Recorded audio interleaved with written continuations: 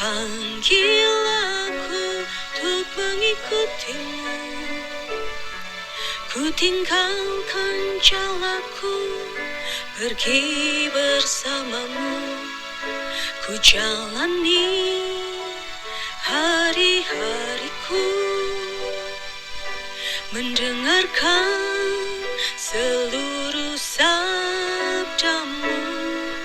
Kau ajarkan bahasa kasih-Mu, untuk bisa melayanimu dan sesamaku.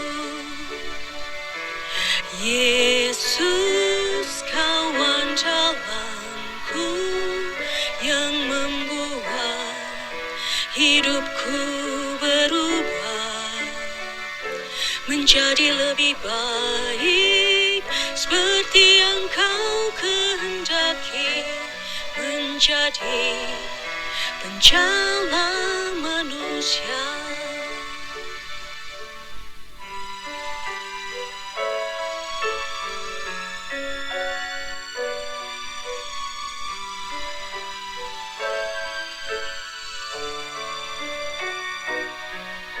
Ku lalui hidup dengan pencobaan, menyangkal dirimu, menyakiti hatimu.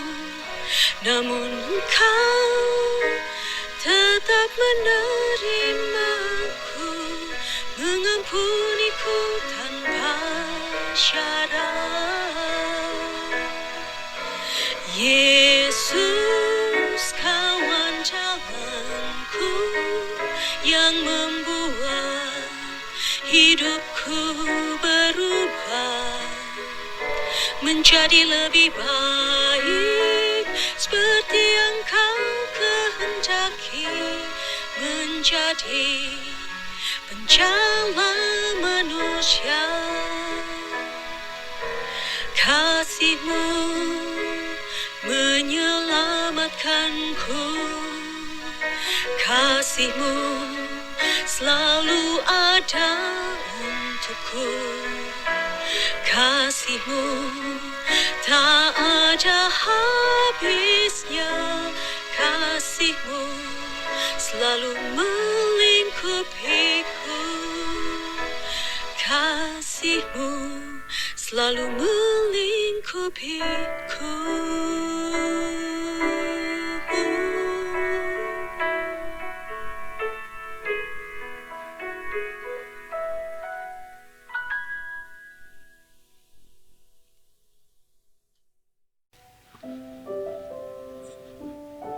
Selamat malam, Suster, Ibu, Bapak yang terkasih. Selamat Paskah dan selamat berjumpa kembali dalam webinar seri Simon Petrus yang hari ini merupakan hari terakhir. Barusan kita mendengar suara merdu dari Dewi, itu adalah pengarang lagu Simon Petrus. Mungkin ada banyak dari Bapak Ibu yang belum mengenalnya. Malam ini, karena ini adalah seri terakhir, kami merayu Dewi untuk mau sharing dalam pembuatan lagu Simon Petrus ini. Hai Dewi, apa kabar? Baik, Bu Aida. Sehat-sehat ya, Dew? Sehat, Dew, Bu. aku mau nanya-nanya sedikit tentang pembuatan lagu ini. Pada saat Dewi pertama kali dihubungi oleh Ibu Evi untuk minta dibuatkan lagu ini, apa perasaan Dewi yang pertama kali terbersit? Oke, perasaan saya karena kebetulan kan saya sebelumnya juga pernah diminta juga untuk bikin lagu ya untuk komunitas lain juga. Jadi saya setiap kali sih kalau diminta bikin lagu sih saya nggak mikir aduh ntar bisa nggak ya atau ini ya. Saya bilang ya pokoknya bisa-bisa aja sih. Saya sih langsung menerima oke-oke aja. Cuman waktu itu saya cuman mikir yang nyanyi siapa gitu. Kalau saya kan biasanya karena saya main musik gitu ya, jadi saya lebih bikin lagunya, terus abis itu bikin musiknya gimana gitu. Jadi waktu itu cuman kendalanya sih saya pikir waktu itu nyari penyanyinya siapa gitu. Karena sebenarnya kan saya bukan bukan penyanyi, jadi sebenarnya awalnya memang bukan saya yang bakal nyanyi. Itu aja sih. Tapi kalau perasaan apa, saya selalu welcome karena saya rasa apa yang kayak bikin lagu untuk komunitas itu udah pasti buat Tuhan, dan saya apapun sih kalau untuk Tuhan nggak mau pikir panjang, intinya gitu sih. Hebat. Dewi ini dari paroki Santa Monica BSD, seorang guru piano yang keren banget. Sekarang tuh udah melatih anak-anak ini ya, Dewi ya, yang ABK. berkebutuhan khusus apa yang autis ya?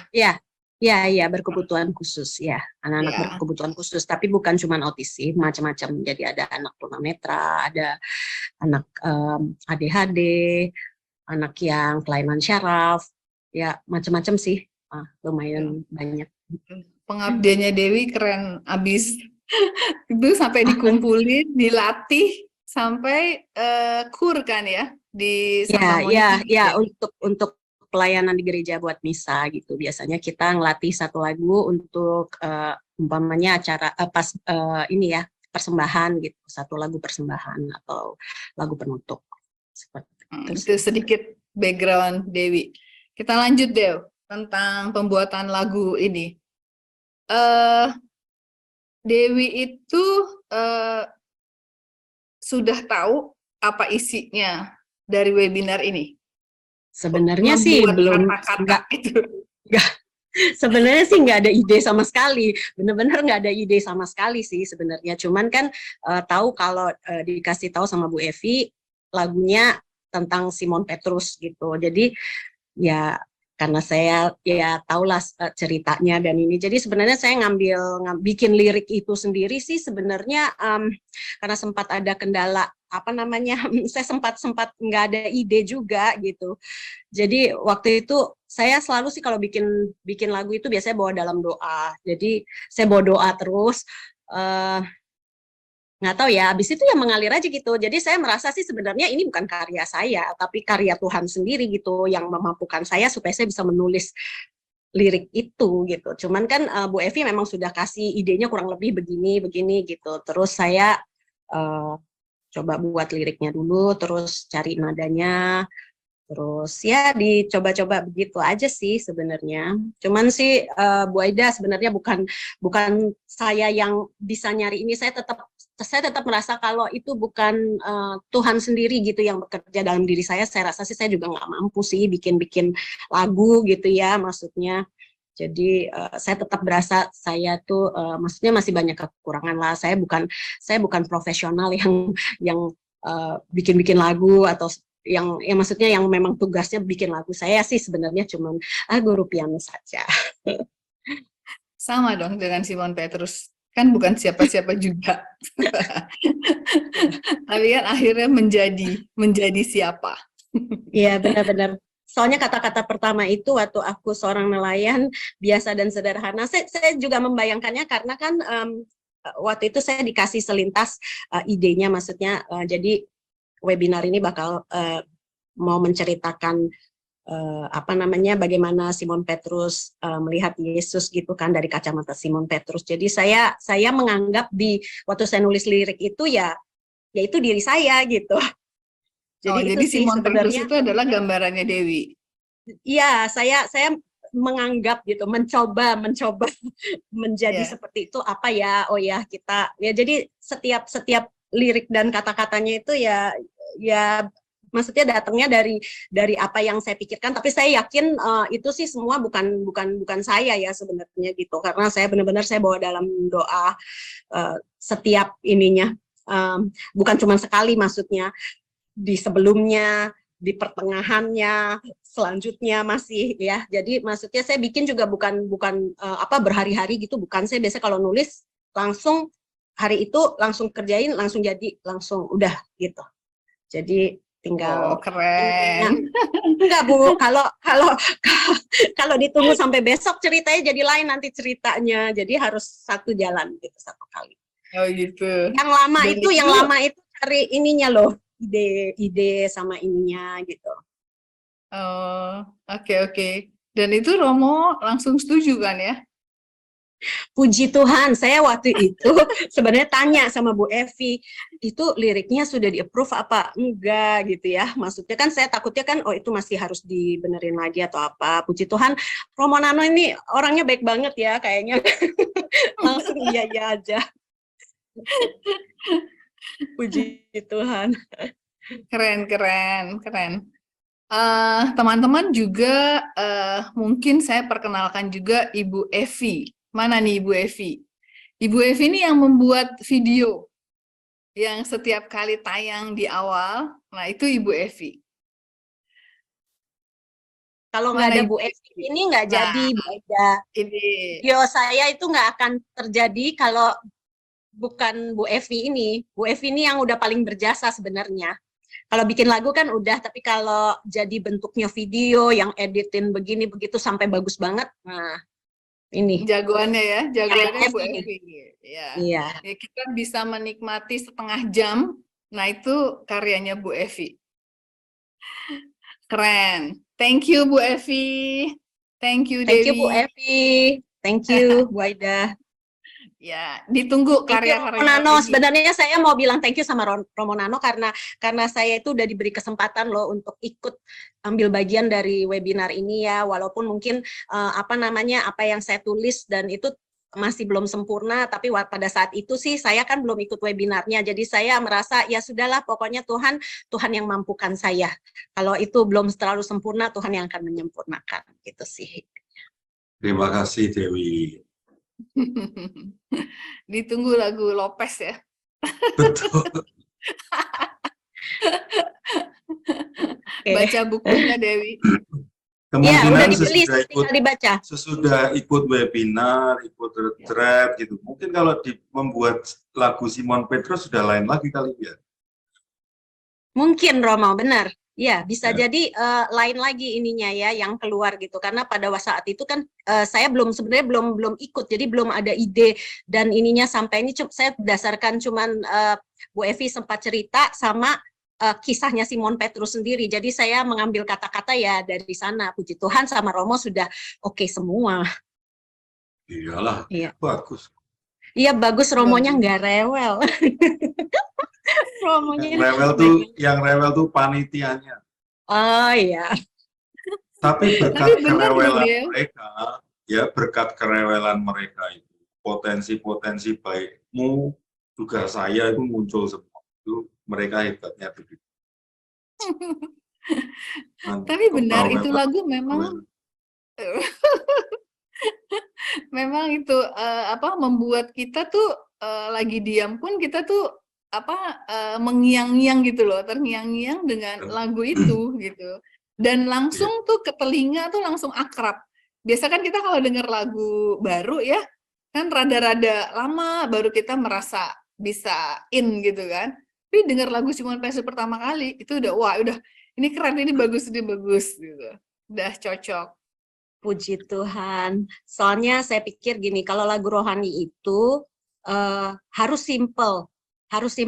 Nada itu harus familiar banget, yang lebih gampang dicerna gitu ya. Kadang-kadang kalau kita itu bikin lagu sebenarnya lebih gampang kalau yang nggak simple. Simple itu susah banget sebenarnya gitu. Maksudnya ini secara, karena saya juga sering bikin lagu, maksudnya non rohani gitu ya. Itu buat saya lebih gampang loh sebenarnya. Lebih justru kalau itu kita harus cari sesimpel mungkin dengan kata-kata yang juga enggak terlalu ribet untuk dinyanyikan gitu, kata-kata yang ini. Nah itu tuh ya membutuhkan ini. Saya selalu tanya kembali ke diri saya, ini cukup simpel nggak ya untuk bisa orang tuh dengar dan bisa coba nyanyikan. Ya puji Tuhan kalau bisa diterima dengan baik. Kami terima dengan baik. Dan siaplah menerima pesanan kami berikutnya. Dengan senang hati, Romo. Yes. Dicoba Sip. lagi nanti. Salam juga untuk Nael yang menyanyikan lagunya.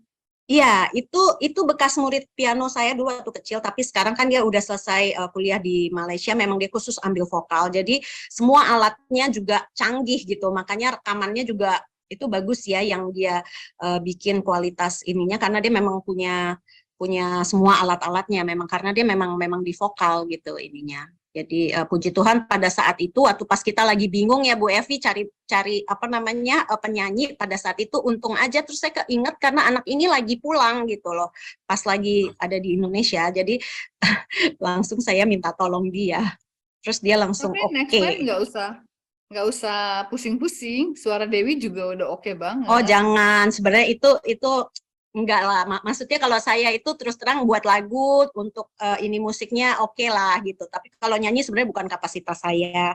Ini karena diminta aja. Saya sebenarnya nggak pede loh kalau nyanyi beneran deh. Itulah sosok Dewi. Kita merayu pun untuk mau tampil di sini juga itu perlu waktu. Oke, terima kasih Dewi. Terima Thank you, kasih Bu Dewi. Aida, Thank you. terima kasih Bu Evi, Yeah, thank Romo. you.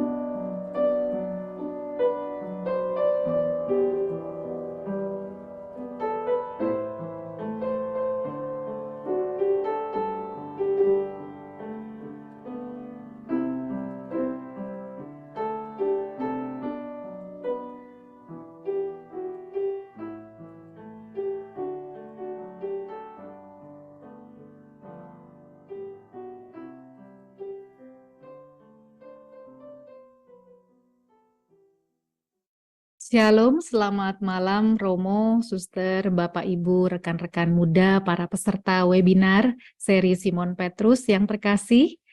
Selamat Paskah, senang sekali dapat berjumpa pada malam hari ini. Luar biasa tadi mendengar interview dengan Dewi, nada-nada lagu Simon Petrus terngiang selama masa Prapaskah ini.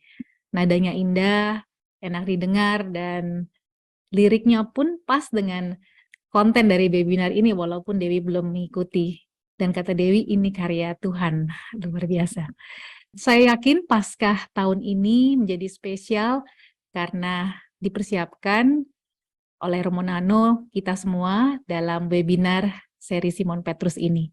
Dan bagi para Bapak Ibu yang mengikuti retret di Klaten, Provisiat. Semoga buah-buah rohani yang didapat selama retret dapat menjadi oleh-oleh yang manis yang dapat dinikmati oleh Bapak Ibu sekeluarga dan juga orang di sekitarnya. Malam ini adalah pertemuan ke-8 atau pertemuan terakhir dari seri Simon Petrus, di mana selama webinar ini tahap demi tahap kita belajar dari Simon Petrus yang juga adalah awam, pernah juga gagal paham, namun tetap dikasihi, tetap dipanggil, dipilih, dan diutus oleh Tuhan Yesus. Tema pertemuan ke-8 malam hari ini, Simon Petrus mewartakan Tuhan Yesus Kristus. Sebelum kita memulai webinar, izinkan saya menginformasikan kembali tata tertib webinar kita. Para peserta dimohon untuk menggunakan nama sesuai pada saat pendaftaran. Dan selama webinar, mohon para peserta menonaktifkan mikrofon. Peserta pertanyaan sehubungan dengan materi webinar dapat disampaikan melalui direct chat ke 00 Q&A. Para peserta webinar yang terkasih, mari kita memulai acara webinar dengan doa pembuka. Dalam nama Bapa, Putra, dan Roh Kudus. Amin. Allah Bapa yang bertakhta di dalam surga, kami bersyukur atas rahmat kebangkitan Yesus Kristus Putra-Mu, yang telah menjadikan kami manusia baru dalam Tuhan. Melalui webinar malam ini, kami ingin merasakan bersama para murid-Mu bagaimana perjumpaan serta penampakan kebangkitan-Mu selama 40 hari telah memulihkan dan menyembuhkan iman yang rapuh kepada kuasa anugerah kehidupan dari-Mu. Bukalah hati kami semua ya Tuhan, untuk dapat menerima rahmat kebangkitan-Mu. Berkatilah Romo Nano dan kami semua yang hadir dalam acara ini dengan berkat Paskah mulia, agar kami juga mengalami apa yang dialami oleh para murid-Mu. Penuhilah Romo Nano dan kami semua dengan Roh Kudus-Mu.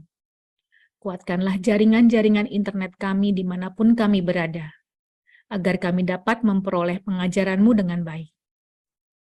Ya Bapa, ini semua kami serahkan kepada penyelenggaraan-Mu dalam kesatuan dengan Yesus Kristus Putra-Mu, serta dalam persekutuan dengan Roh Kudus, penolong kami, kini dan untuk selama-lamanya. Amin. Santo Petrus, doakanlah kami. Santo Ignatius, doakanlah kami.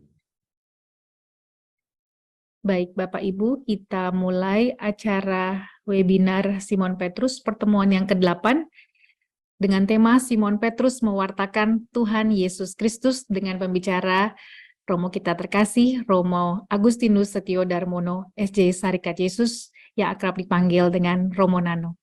Silakan Romo Nano. Rosari, terima kasih banyak. Kamu sudah mengantar kita semua untuk memasuki webinar yang terakhir. Saya mau mengucapkan sekali lagi terima kasih kepada Dewi yang sudah membantu kita mengingat webinar ini dengan lagu Simon Petrus, dan juga Evi yang membantu kita dengan banyak gambar dan video yang direkam sehingga peserta bisa melihat lagi webinar yang sudah ditayangkan. Tentu saja saya juga berterima kasih kepada para peserta yang terus setia belajar bersama lewat webinar seri Simon Petrus ini. Saya hendak mengucapkan selamat Paskah, tetapi yang lebih penting menurut saya adalah tetaplah tinggal di suasana Paskah. Karena dugaan saya 4 hari suci Paskah, Kamis, Jumat, Sabtu, Minggu sudah lewat. Rasanya mungkin gema Paskahnya sudah hilang, sudah mendekati gema Idul Fitri, Lebaran, liburan. Sementara sebetulnya dalam cerita-cerita kebangkitan Tuhan Yesus, itu hari ini sebetulnya Tuhan Yesus yang bangkit masih beredar di sekitar hidup para murid. Oleh para penginjil dan terutama Lukas, dikatakan selama 40 hari Tuhan Yesus terus beredar, mendatangi murid-muridnya satu persatu, mendatangi Simon Petrus tentu saja, mendatangi Thomas, Maria Magdalena, dan sebagai kelompok ketemu di sini, ketemu di sana, 40 hari, bayangkan. Jadi hari ini kira-kira 10-15 hari sesudah Paskah, sebetulnya suasana Paskah mestinya masih bergetar. Ya. Maka saya berharap webinar ke-8 ini masih bisa membantu teman-teman semua untuk tetap stay terkoneksi dengan energi Paskah. Ya, saya kira itu. Stay terkoneksi dengan energi Paskah. Nah, malam hari ini kita mau melihat ya bagian puncak di mana Simon Petrus dalam 7 webinar itu nampak bodoh, nampak tidak paham, bahkan puncaknya adalah berkhianat. Nah, di webinar ini kita akan melihat seorang Simon Petrus yang bergerak dari zero menjadi hero, menjadi dari nol menjadi seorang pahlawan, seorang leader, seorang pewarta lebih tepatnya. Webinar ke-8 ini tentang Simon Petrus yang mewartakan Tuhan Yesus yang bangkit itu berdasarkan kisah para rasul.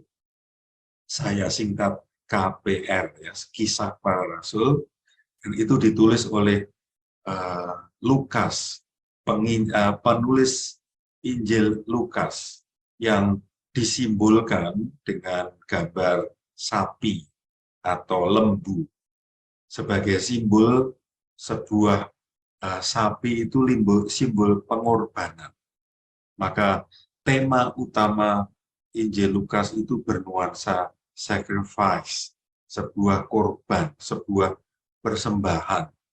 Dan tidak berarti pada waktu Lukas menulis Injil saat itu ada sapi di sampingnya, tapi ini sebagai sebuah simbol. Juga Lukas itu terkenal karena dia mengisahkan masa kecil Tuhan Yesus dan Bunda Maria. Lalu, apa sih sebetulnya isi dari kisah para rasul itu?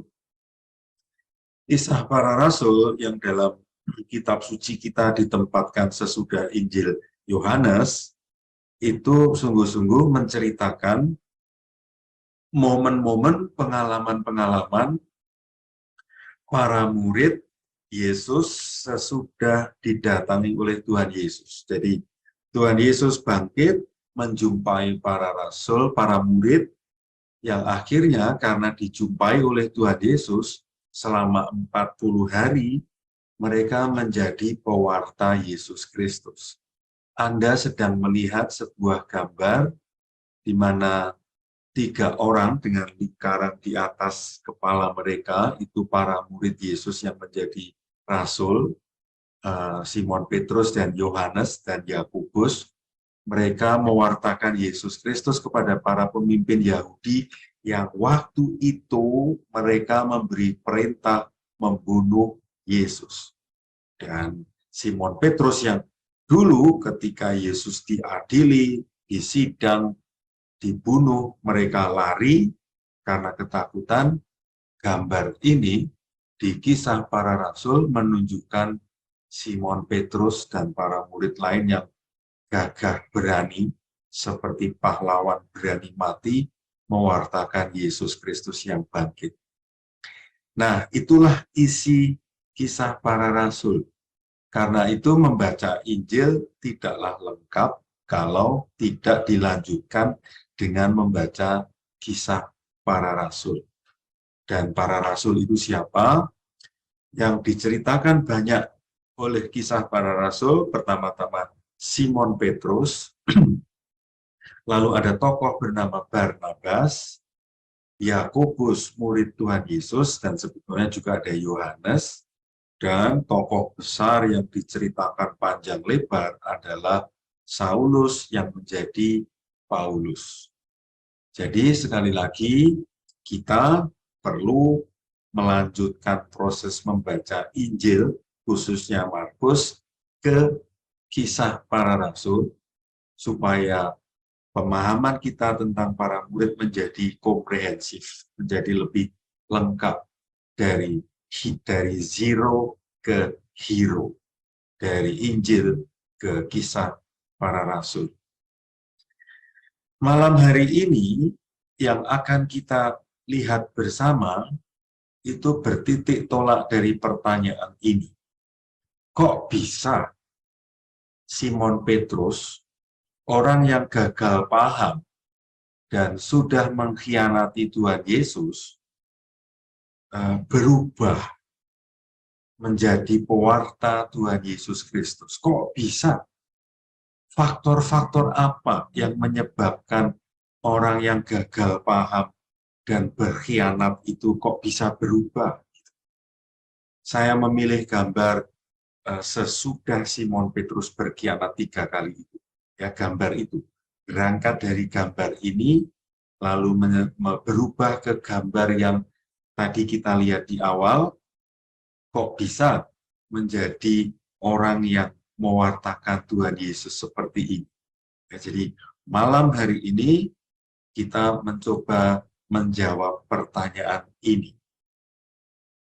Nah, alasan pertama atau faktor pertama yang menyebabkan Simon Petrus yang gagal paham dan berkhianat bisa menjadi pewarta, saya beri istilah karena ada perjumpaan-perjumpaan dengan Tuhan Yesus yang berbuah healing, ya, penyembuhan.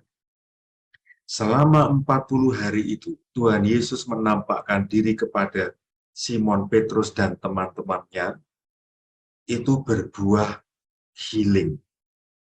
Dari sini sebetulnya kita sudah bisa belajar bahwa yang namanya kegagalan, salah paham, pengkhianatan, itu sebetulnya bisa disembuhkan.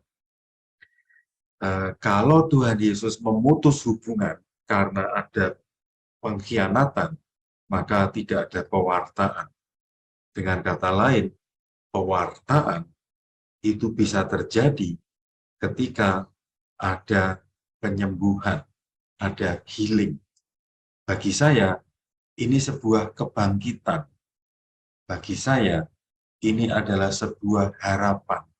Jadi, pengkhianatan, gagal paham, bukanlah akhir dari cerita.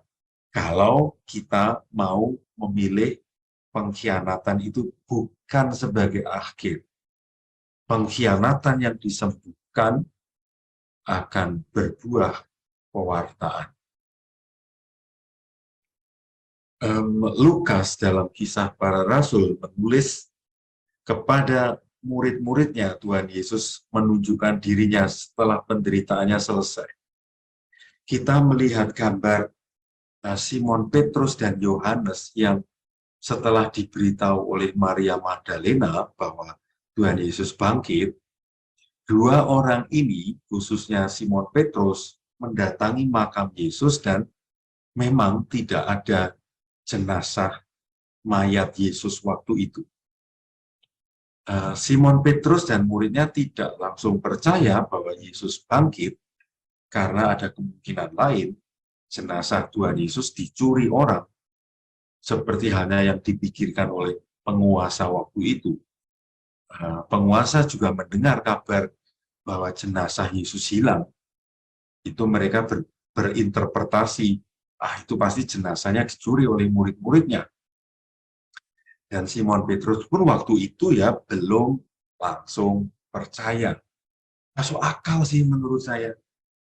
Dan ini terjadi kira-kira hari Minggu pagi atau Senin pagi ya, sesudah Kamis Putih, Jumat Agung, Sabtu Sepi, Minggu Paskah, ya, Senin Paskah, sebetulnya suasananya masih belum jelas. Kepada teman-teman yang ikut retret, saya mengajak jangan nyanyi Haleluya dulu, karena hari Minggu pagi itu belum clear betul Yesus itu bangkit, baru 1-2 orang saja yang melihat hal itu. Maka Simon Petrus dan teman-temannya juga masih ragu, belum percaya, masih takut, masih bingung. Kita masih bisa melihat gesturnya, ya, bahasa tubuh mereka seperti yang kita lihat di gambar itu. Tetapi karena Tuhan Yesus itu sungguh-sungguh mau menyampaikan kepada para murid bahwa dia betul-betul bangkit, maka dia menunjukkan banyak tanda. Nah, kisah-kisah Injil di bagian akhir itu adalah tanda-tanda yang diberikan oleh Tuhan Yesus untuk menunjukkan pada para muridnya bahwa dia yang sudah mati dibunuh dengan cara keji itu bangkit. Tapi proses pembuktian bangkit itu membutuhkan waktu 40 hari. Dan disinilah Lukas dalam Kisah Para Rasul mengatakan, menulis selama 40 hari Tuhan Yesus berulang-ulang menampakkan diri dan berbicara kepada murid-muridnya tentang kerajaan Allah. Saya itu kalau lihat gambar ini ya kagum ya, kalau betul-betul Tuhan Yesus itu wajahnya seperti itu. Wah, ini memang ganteng sekali ya. Dan dia mendatangi murid-muridnya. Bagi saya dia tidak hanya ganteng, tapi sangat sayang pada murid-muridnya.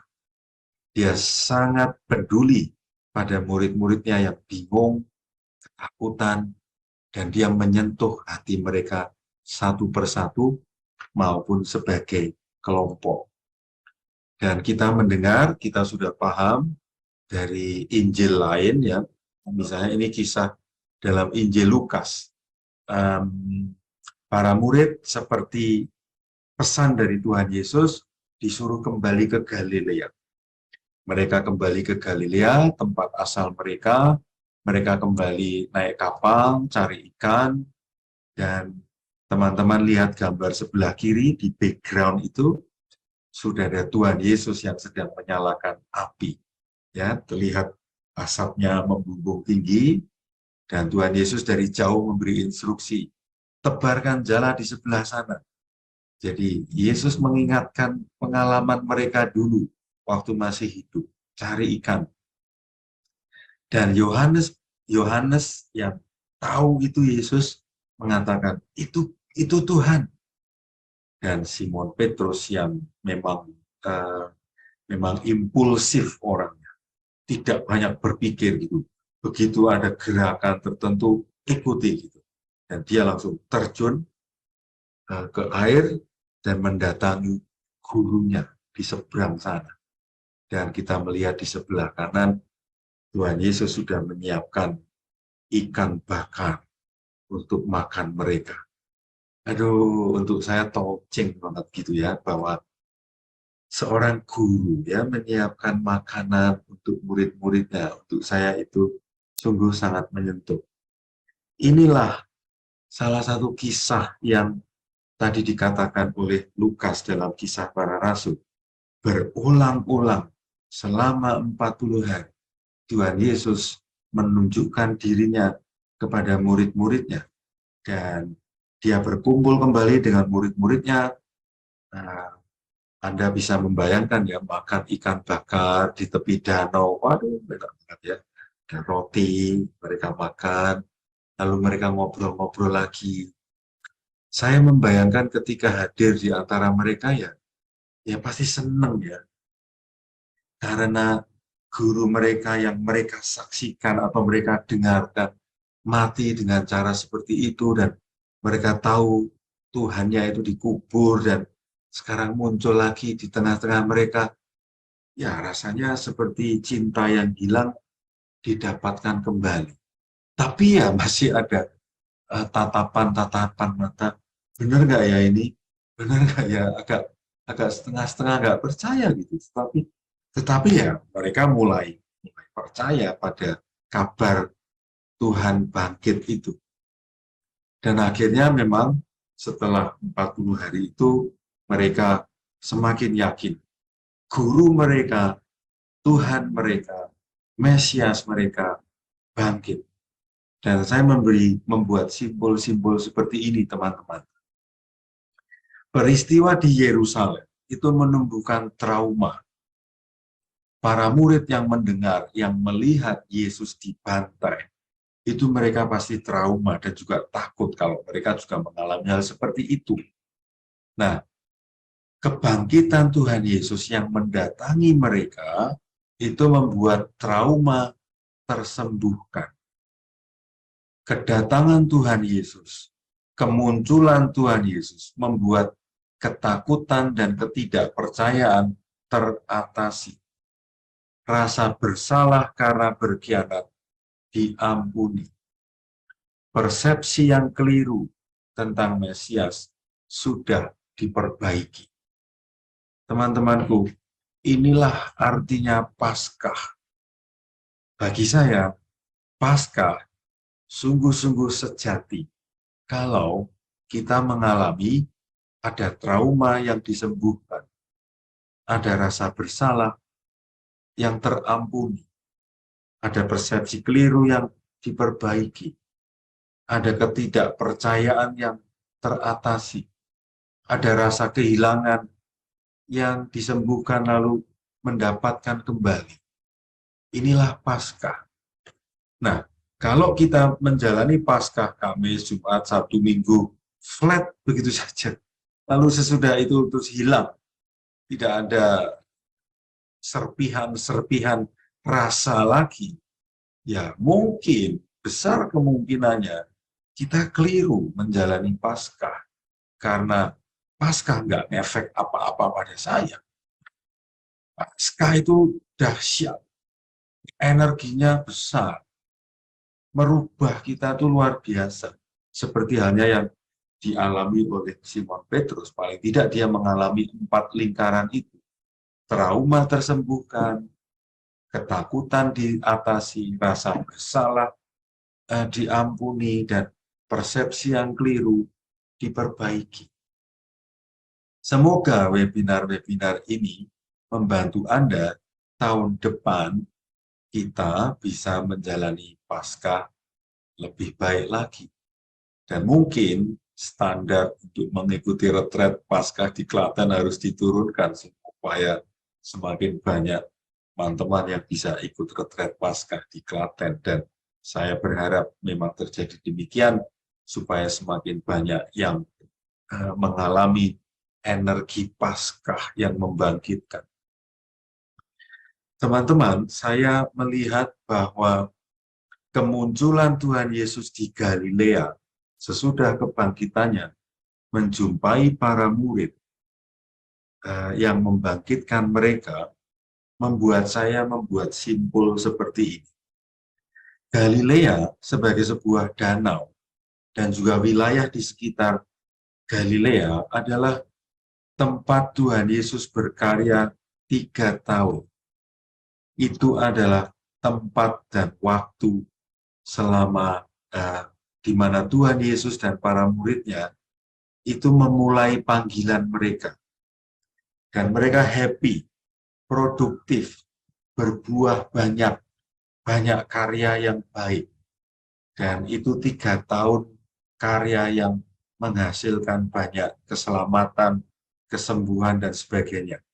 3 tahun pendampingan yang membuat mereka berubah cukup banyak.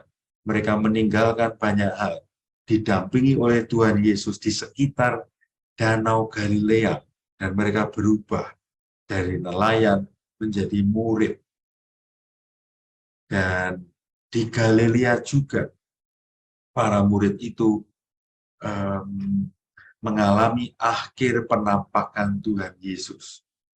Dan setelah Tuhan Yesus naik ke surga, itu adalah awal perutusan para murid. Bagi saya, 4 poin tersebut, Galilea sebagai awal panggilan, Galilea sebagai tempat di mana 3 tahun para murid didampingi, Galilea adalah tempat di mana Tuhan Yesus menampakkan diri sesudah kebangkitannya, dan Galilea adalah awal perutusan para murid.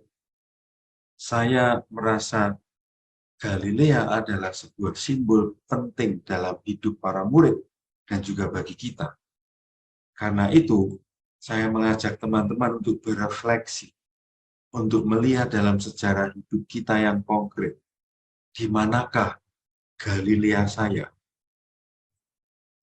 Saya sendiri menemukan Galilea adalah pertama-tama di tempat kelahiran saya, tempat saya dibaptis, tempat saya dididik menjadi anak Katolik, itu ada di Kota Magelang. Di sana saya merasa ditumbuhkan awal sebagai anak Katolik di tengah keluarga besar Muslim. Dan Galilea kedua berikutnya bagi saya adalah Girisonta, tempat pendidikan saya sebagai Yesuit awal, anggota Serikat Yesus. Di Girisonta lah saya merasa mengalami lebih sadar, dijumpai oleh Tuhan Yesus. Dan sejak saat itu saya makin bahagia, saya makin percaya diri, saya semakin yakin dengan jalan sebagai orang Katolik, dan terlebih-lebih sebagai anggota Serikat Yesus. Galilea adalah tempat dan waktu di mana saya, Anda, dididik, dijumpai, dilibatkan oleh Tuhan Yesus dalam karya. Maka saya mengajak Anda untuk melacak di manakah Galileamu. Kalau kita menemukan Galilea kita, saya yakin Galilea kita itu merupakan tempat kita bisa bernostalgia untuk menyerap lagi energi ilahi yang dialirkan dari atas untukku, untukmu, untuk kita.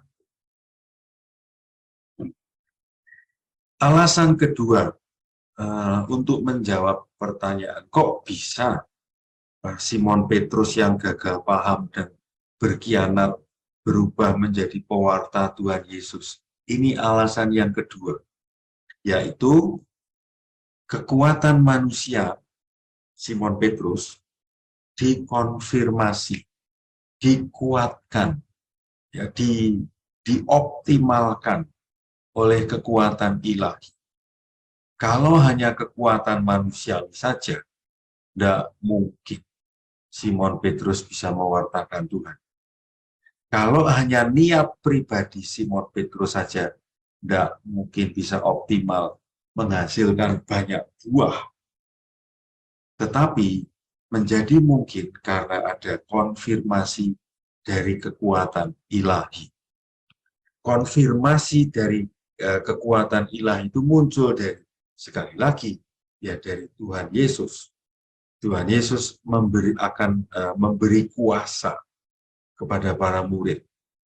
Dan Tuhan Yesus seperti memotivasi, memberkati, mengundang para muridnya yang sudah semakin percaya itu untuk menjadi saksi kebangkitannya.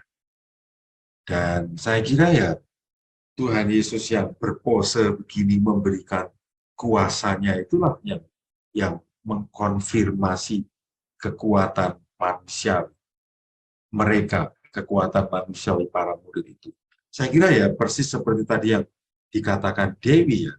Kalau Dewi hanya mengandalkan bakatnya saja, ya mungkin lagu Simon Petrusnya tidak sebagus kalau Dewi sadar dia diberkati oleh Tuhan sehingga lagunya bisa menjadi baik. Atau saya pribadi juga, saya sih meyakini bahwa saya menyiapkan webinar ini itu sangat sadar saya diberkati, diarahkan, diperkaya, dibimbing oleh Tuhan.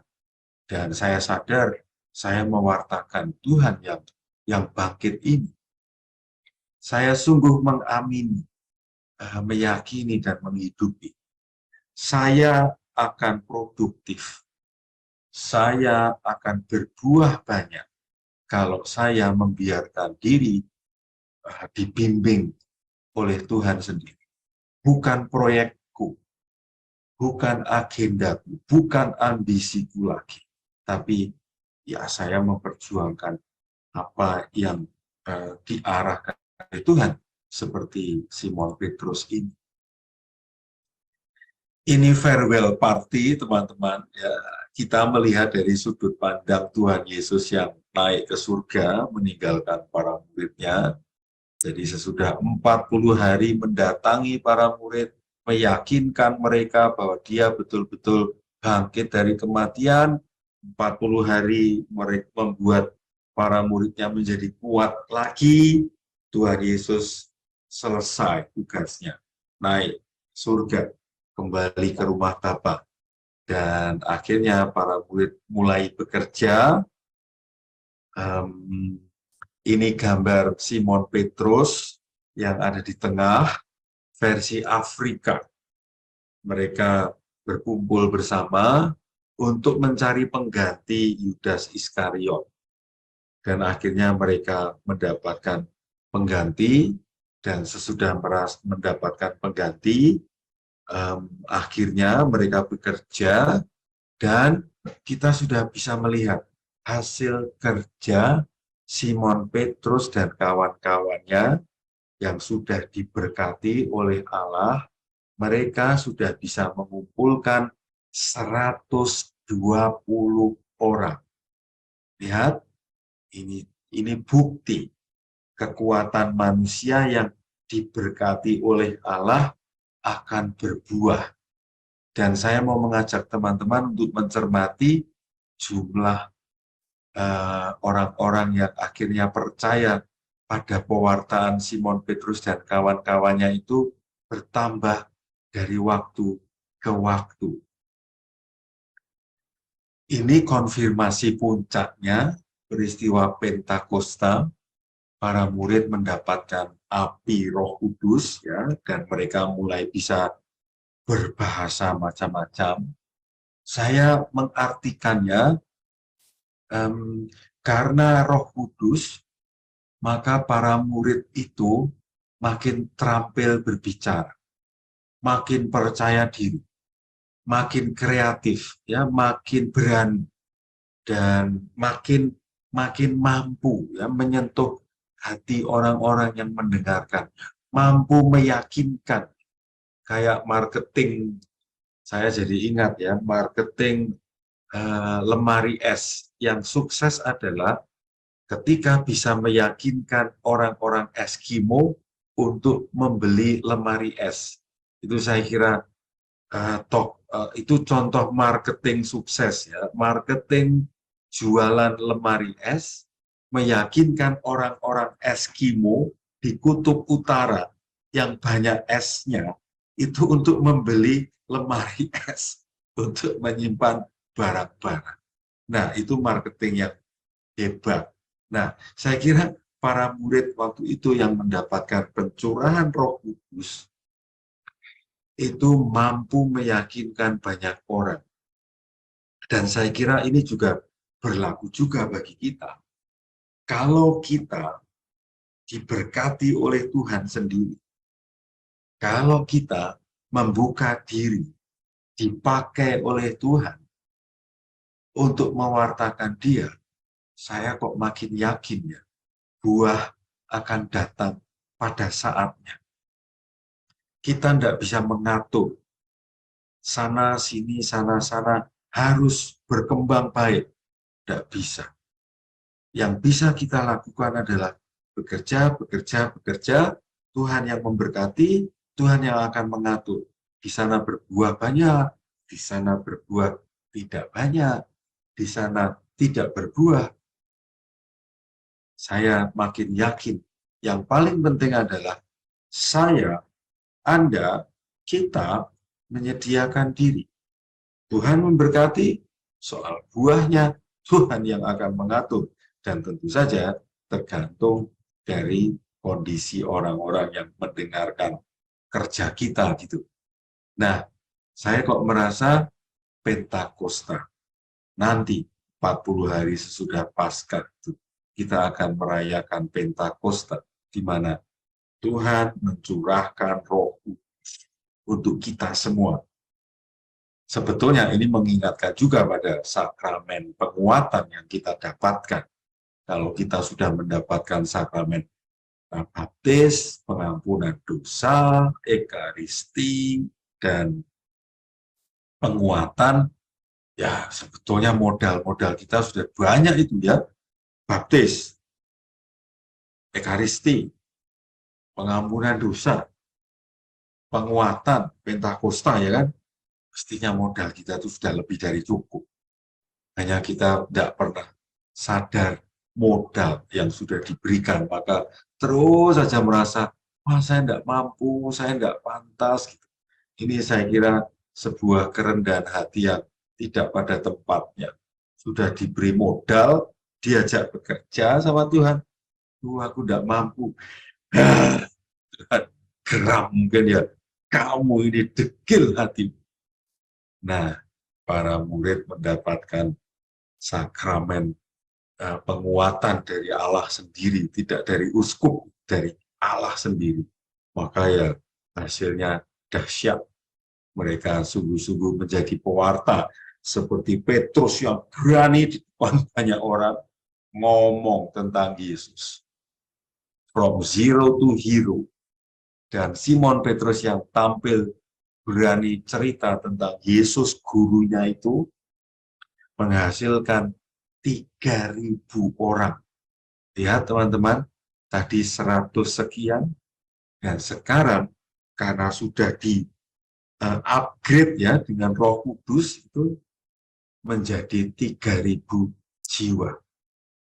Ini bukan kehebatan Petrus, tetapi potensi Petrus diberkati oleh Tuhan lewat Roh Kudus lalu menjadi luar biasa.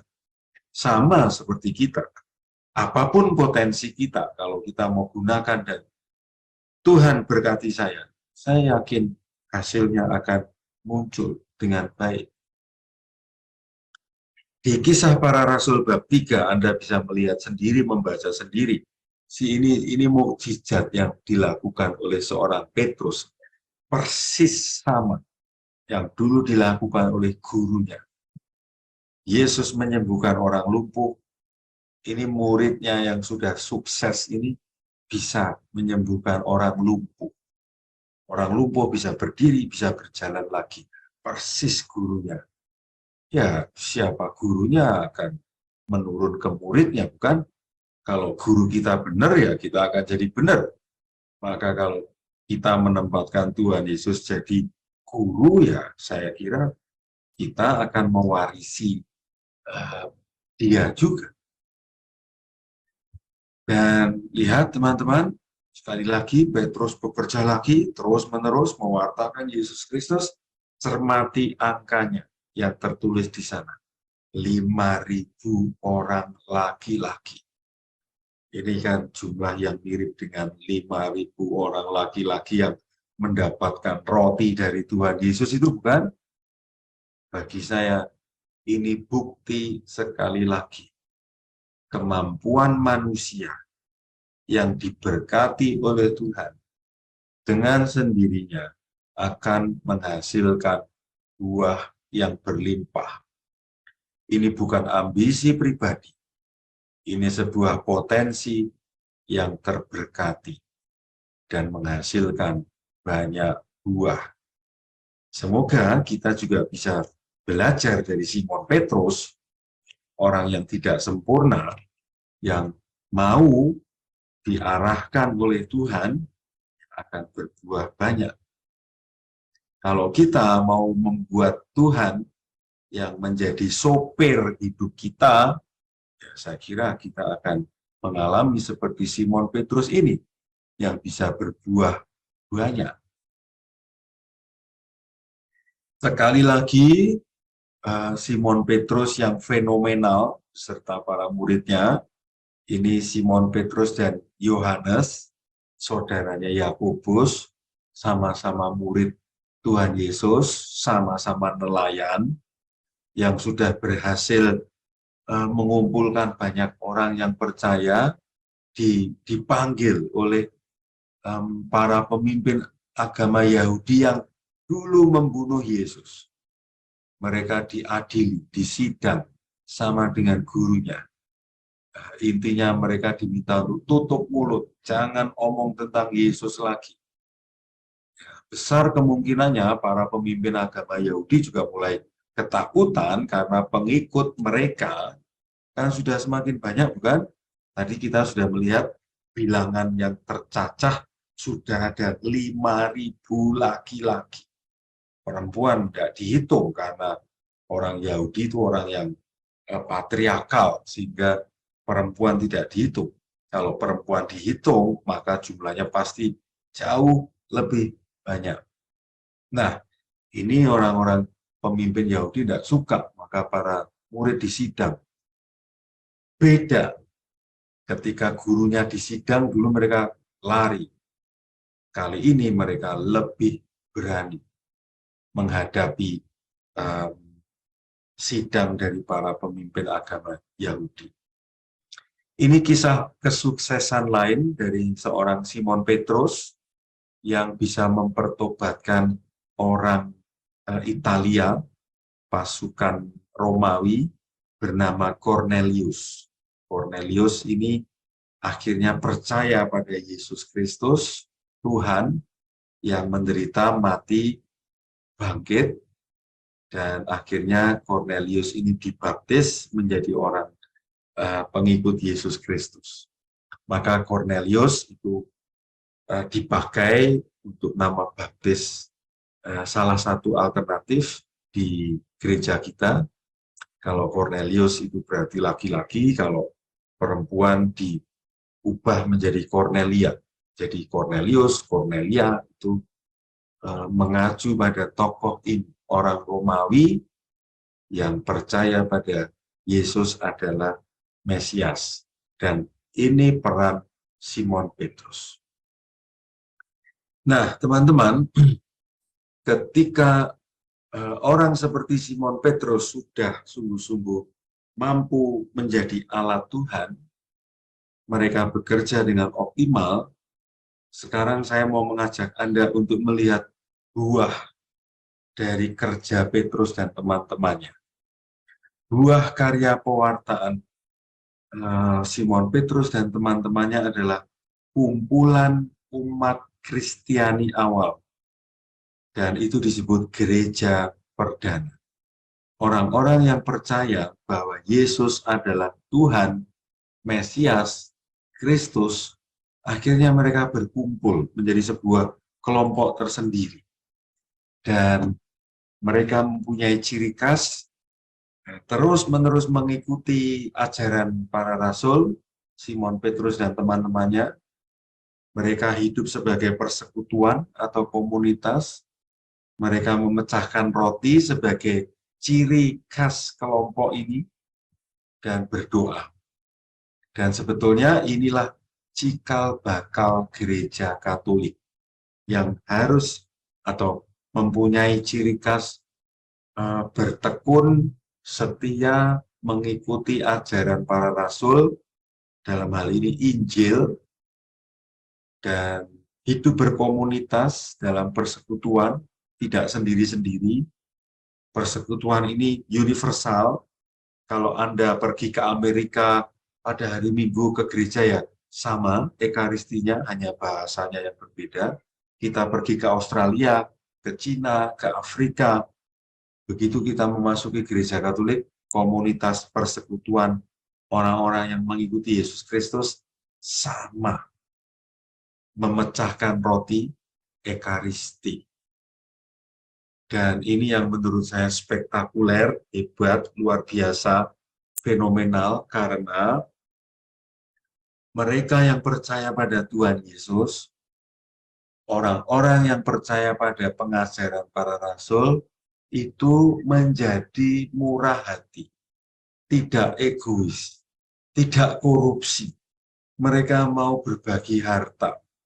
Mereka sadar diri. Harta, kekayaan, uang yang mereka miliki itu merupakan titipan dari Tuhan. Maka mereka mau berbagi. Saya kira ini ciri khas orang Katolik yang sejati. Orang Katolik yang sejati. Murid Tuhan Yesus yang benar itu ya mestinya murah hati berbagi. Apa saja. Ya harta, ya makanan, ya waktu, ya hati, ya bakat, kemampuan, potensi, mau berbagi. Kalau kita egois, kalau kita pelit, kalau kita nggak mau berbagi, ini kayaknya bukan tanda murid Tuhan Yesus ya.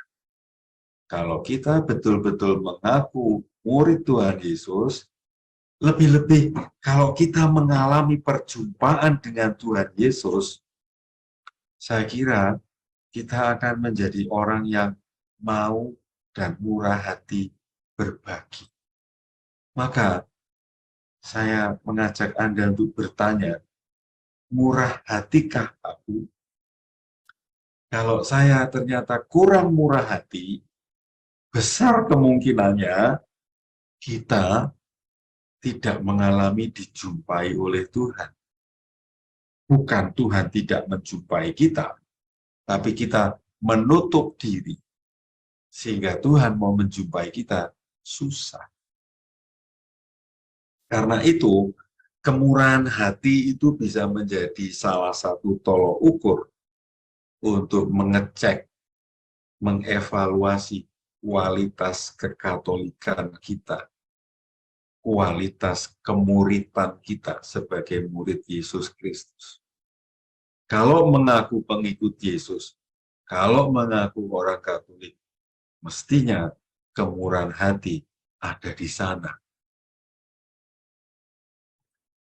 Saya membuat simpul, ketika orang dekat dengan Allah, kedekatan manusia dengan Allah, ketika Simon Petrus dijumpai oleh Yesus dan dekat, maka dia akan beriman, maka dia akan mau diajak berdoa bersama, maka dia akan murah hati berbagi.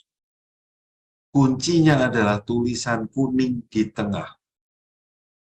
Kedekatan manusia dengan Allah. Pengalaman dijumpai oleh Allah. Itu intinya. Ketika semakin banyak anggota gereja, ketika semakin banyak orang-orang di sekitar kita yang dijumpai oleh Tuhan, saya yakin hidup berkomunitas menjadi lebih menyenangkan. Maka sebaliknya, kalau dalam hidup kita berkomunitas, isinya banyak konfliknya, banyak orang bermasalahnya, banyak orang yang pelit, itu menjadi autokritik bagi kita. Mungkin di komunitas kita, jumlah orang yang sungguh-sungguh mengalami perjumpaan dengan Tuhan sedikit. Kalau kita masuk dalam komunitas orang Katolik dimanapun itu, dan kita merasakan penerimaan, pengampunan, kemurahan hati, kemampuan untuk menerima, ini tanda-tanda orang-orang di dalamnya mengalami kehadiran Tuhan. Maka, mari kita bertanya pada diri kita dan kepada komunitas kita, apakah komunitas kita bisa menghadirkan energi ilahi untuk siapapun yang ada di dalamnya? Kalau jawabannya tidak, kita harus retret di Klaten supaya bisa merasakan kehadiran Tuhan. Oke. Dan ini kalimat dari Lukas di Kisah Para Rasul ya teman-teman. Mereka, para murid Yesus Kristus itu, para rasul dan orang-orang baru, disukai semua orang. Bagi saya ini keterangan yang sangat penting. Sekali lagi, saya mau mengatakan, siapapun, entah awam, entah imam, entah religius, kalau dia sering mengalami kehadiran Tuhan, orangnya akan lebih menyenangkan. Tentu ada sisi-sisi ketidaksempurnaan, ada sisi kerapuhannya, tapi akan semakin dominan energi ilahinya. Dan energi ilahi itu yang menurut saya membuat kita, siapapun, disukai oleh banyak orang. Dan Tuhan menambah jumlah mereka dengan orang yang diselamatkan. Artinya, Tuhan terus berkarya, mendampingi para muridnya. Tuhan Yesus, Allah Bapa, Roh Kudus, terus berkarya, mengoptimalkan para rasul, sehingga semakin banyak orang yang mengalami percaya. Saya juga makin percaya. Semoga lewat webinar-webinar sederhana ini, semakin banyak teman-teman yang melek dan melihat, merasakan, mengalami kehadiran Tuhan yang sayang pada kita. Seperti halnya Tuhan Yesus sayang pada Simon Petrus, murid yang dulu sangat nyebelin. Tibalah di bagian ini teman-teman, akhir kisah si murid yang dulu berkhianat dan menjadi pewarta Yesus Kristus. Ada kisah ngeri sebetulnya. Kalau kita mengecek di Kisah Para Rasul bab 12 ayat 1-19. Anda sedang melihat slide di sebelah kiri, itu murid Tuhan Yesus bernama Yakobus. Dalam bahasa Inggris bernama James. Dalam bahasa Spanyol bernama Santiago. Murid Yesus yang mewartakan gurunya bersama Simon Petrus itu dibunuh oleh orang yang namanya sama dengan dulu ketika Yesus lahir, ada raja yang membunuh seluruh anak-anak laki-laki yang baru saja lahir. Orang itu bernama Herodes. Namanya sama, orangnya berbeda, statusnya sama, raja. Raja Herodes tidak suka pada Yakobus dan para murid lain termasuk Petrus. Mereka terus mewartakan Yesus Kristus. Yakobus ditangkap, bunuh. Karena pembunuhan Yakobus membuat banyak orang senang menurut Raja Herodes, maka Simon Petrus ditangkap, lalu dipenjara. Nah, ketika Simon Petrus ini dipenjara, mukjizat terjadi. Malaikat mendatangi Simon Petrus yang dipenjara,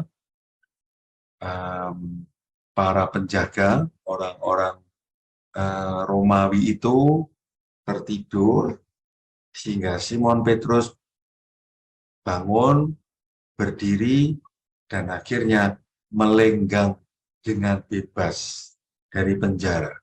Seperti Anas Urbaningrum yang meninggalkan penjara suka miskin. Tapi Anas Urbaningrum masih bebas bersyarat, kalau Simon Petrus sudah tidak ada syarat lagi. Simon Petrus pergi meninggalkan penjara, meskipun pintu dikunci, tangan diborgol. Simon Petrus karena ditolong oleh malaikat Tuhan sendiri, bebas. Dan kembali merasul, dan teman-teman ini sejauh saya amati dalam buku Kisah Para Rasul, di Kisah Para Rasul bab 15 ayat 1-21, Simon Petrus muncul di Yerusalem bersama para rasul yang lain. Simon Petrus bersama Barnabas, bersama Yohanes, bersama Paulus ada di sana juga. Mereka bersidang, mereka berkumpul, mereka berbagi pengalaman, dan mereka juga berdiskusi. Salah satu diskusi mereka adalah, kalau orang percaya pada Yesus, dibaptis, masuk dalam kelompok jemaat perdana, harus disunat atau tidak. Kalau orang Yahudi pasti disunat karena tradisi. Tetapi kalau orang non-Yahudi, taruhlah orang Yunani, orang Romawi, percaya pada Yesus Kristus, dibaptis, mereka harus disunat atau enggak? Nah, itu yang didiskusikan di antara mereka dalam peristiwa yang disebut Sidang Yerusalem. Nah, itulah momen di mana terakhir kalinya kayaknya Lukas mengisahkan kehadiran Simon Petrus. Ada tradisi lesan yang menunjukkan, mengatakan bahwa Simon Petrus akhirnya nanti mati dengan cara disalib, tapi dengan kondisi terbalik, Kalau Tuhan Yesus kepala di atas, Simon Petrus kepala di bawah, kakinya yang di atas, dan dalam posisi disalib. Itulah akhir kisah murid yang semula gagal paham, berkhianat, menjadi pewarta yang mewartakan gurunya dan bernasib mirip dengan gurunya. Inilah kisah seorang yang semula zero menjadi a hero. Oke, teman-teman, kurang lebih itu cerita tentang Simon Petrus bagian akhir yang menunjukkan pertumbuhan dia lewat kisah-kisah para rasul yang ditulis oleh Lukas. Nah, dari cerita-cerita itu kita bisa belajar apa? Saya sendiri mencoba menyimpulkan beberapa hal yang menarik perhatian saya. Mari kita lihat kira-kira simpulnya apa saja. Dan nanti Anda bisa membuat simbol-simbol tambahan yang juga penting untuk Anda sendiri. Saya mulai dari bagian awal webinar kita. Kita melihat kehebatan, kepowerfulan Tuhan Yesus yang bisa mengusir setan.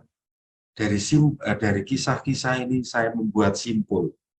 Jangan berhenti pada rasa kagum bahwa Tuhan Yesus bisa mengusir setan. Kekaguman ini tidak cukup. Jangan berhenti pada rasa kagum bahwa Tuhan Yesus bisa menyembuhkan aneka penyakit. Atau dengan kata lain juga bisa dikatakan, jangan percaya atau jangan menjadi orang Katolik hanya mencari kesembuhan dari penyakit. Jangan menjadi orang Katolik untuk mendapatkan rezeki saja. Jangan mencari Tuhan Yesus hanya untuk minta ikan dan roti. Ini penting banget teman-teman. Kita seringkali terjebak di sini. Jangan mencari Tuhan Yesus hanya di saat kamu butuh bantuannya, meredakan turbulensi hebat di dalam hidup. Tidak ada orang yang tidak mengalami turbulensi dalam hidupnya. Semua orang. Tetapi jangan berhenti hanya mencari Tuhan ketika turbulensi terjadi.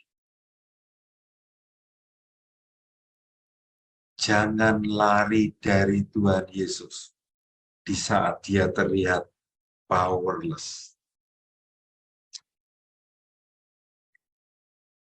Ini yang mau saya sampaikan. Mari bertransformasilah seperti Simon Petrus. Dari nelayan, murid, pewarta. Ini harus ada lagu baru ini. Dari nelayan menjadi murid, lalu pewarta. Bukan hanya aku seorang nelayan, tidak cukup. Aku seorang nelayan yang bertransformasi menjadi murid dan pewarta. Nah, mari bertransformasi teman-teman. Karena kalau tidak sadar, kalau tidak mau bertransformasi, kita hidup berhenti cuman di tahap nelayan. Apa artinya? Mari kita lihat. Nelayan atau umat Katolik pada umumnya itu bisa digambarkan seperti ketika hidup Simon Petrus itu sebagai nelayan terpisah dari hidup Yesus. Ya, lingkaran ini tidak ketemu, masih terpisah. Dan itu artinya apa saja? Artinya tahap nelayan itu saya bahasakan untuk konteks kita. Aku itu punya daftar kebutuhan hidup yang harus aku penuhi agar hidupku nyaman. Ya, itu ada teori psikologinya tuh. Daftar kebutuhan hidup itu apa saja? Aktualisasi diri, penghargaan, cinta, kepemilikan, keamanan, dan kebutuhan-kebutuhan psikologis itu terpenuhi. Kalau itu semua terpenuhi, aku happy, nyaman. Dan hidup berarti bekerja keras untuk memenuhi daftar kebutuhan itu. Tapi, Tuhan di mana? Tuhan akan saya datangi, atau saya ke Ekaristi, saya berdoa, saya berziarah, kalau tidak hati-hati, hanya untuk minta berkah supaya daftar kebutuhan itu dipenuhi. Ini fenomenanya nampak tuh, kalau ada misa novena, lalu dibacakan doa-doa permohonan, hampir 1 jam sendiri.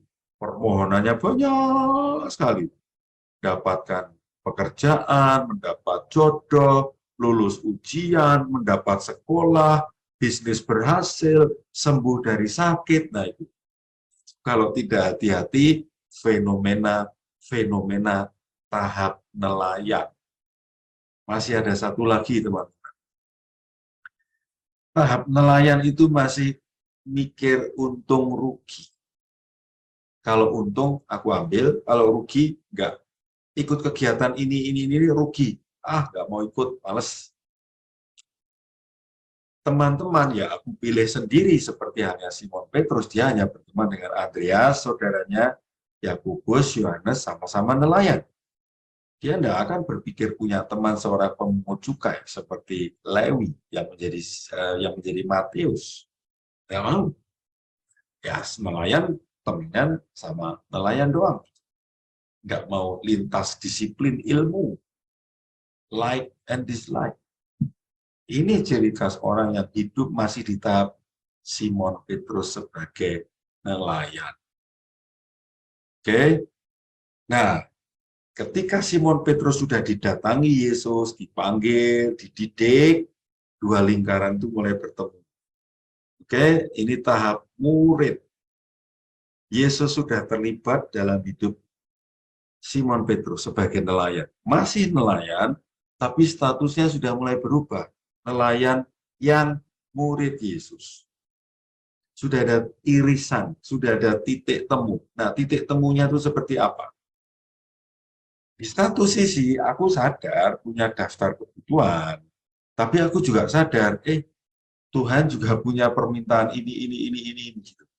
Nah, nelayan yang sadar diri murid akan mencoba memperjuangkan 2 kepentingan itu. 2 kepentingan ya, kadang ambil ini, kadang ambil ini. Simon Petrus sudah ikut Yesus sekian lama, masih bertanya, Tuhan, upahnya mana? Aku sudah ikut kamu, gitu. Atau Yohanes dan Yakobus diminta oleh ibunya, malah emaknya yang aktif. Tuhan, nanti kalau kamu sudah menjabat, anakku 2 ini di sebelah kiri dan di sebelah kanan ya, please jadi menteri ini dan menteri itu ya. Masih ada kebutuhan sendiri, belum sadar bahwa Tuhan itu punya frame sendiri. Tapi paling tidak dua-duanya ini sudah jauh lebih baik ketimbang tahap nelayan. Dan tahap murid itu orang-orang yang sudah tidak takut lagi menjadi dirinya apa adanya, karena dia sadar dia yang tidak sempurna itu diterima oleh gurunya. Walau kadang gurunya Yesus itu ya keras, tegas gitu ya. Iblis kamu ya, mikir yang dipikirkan manusia. Tuhan Yesus itu ya sangar ya, serem juga ya kalau marah. Iblis kamu. Ketika Petrus berpikir bahwa Mesias nggak boleh menderita itu, teman-teman ingat kan? Tapi ya tetap diterima, nggak dikeluarkan dari geng muridnya Tuhan Yesus itu. Saya membahasakan orang-orang yang sadar diri menjadi murid Yesus tidak perlu memakai topeng supaya terlihat bagus. Nggak ribet dengan pencitraan, berani apa adanya. Dan ketika berbicara dengan teman-teman, tentang teman-teman ya, di sebelah kanan, teman-temanku itu ya akhirnya bukan aku yang memilih. Karena Tuhan memilihkan ada orang zelot, itu pro-demokrasi, pejuang pro-demokrasi zaman itu tuh Simon orang zelot. Ini ada pegawai bea cukai yang dimasukkan dalam geng murid itu ya. Dari bermacam-macam kalangan. Murid tidak pernah bisa memilih. Seperti hanya murid di sekolah. Aku mau kelasnya isinya hanya ini.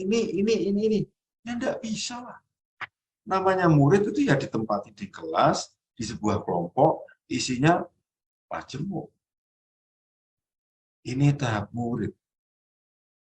Nah ini tahap berikutnya. Tahap berikutnya, tahap pewarta, itu dijembatani oleh peristiwa ini. Petrus memutus relasi dengan Tuhan Yesus karena dia takut. Dan relasi yang diputus oleh Simon Petrus itu disambung lagi oleh Tuhan Yesus dengan pengampunan.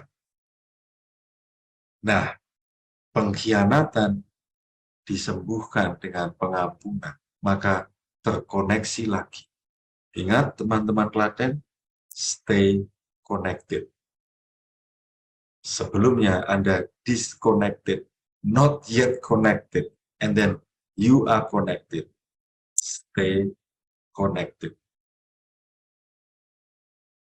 Inilah tahap pewarta, teman-teman. Lihat irisan dua lingkaran itu makin besar.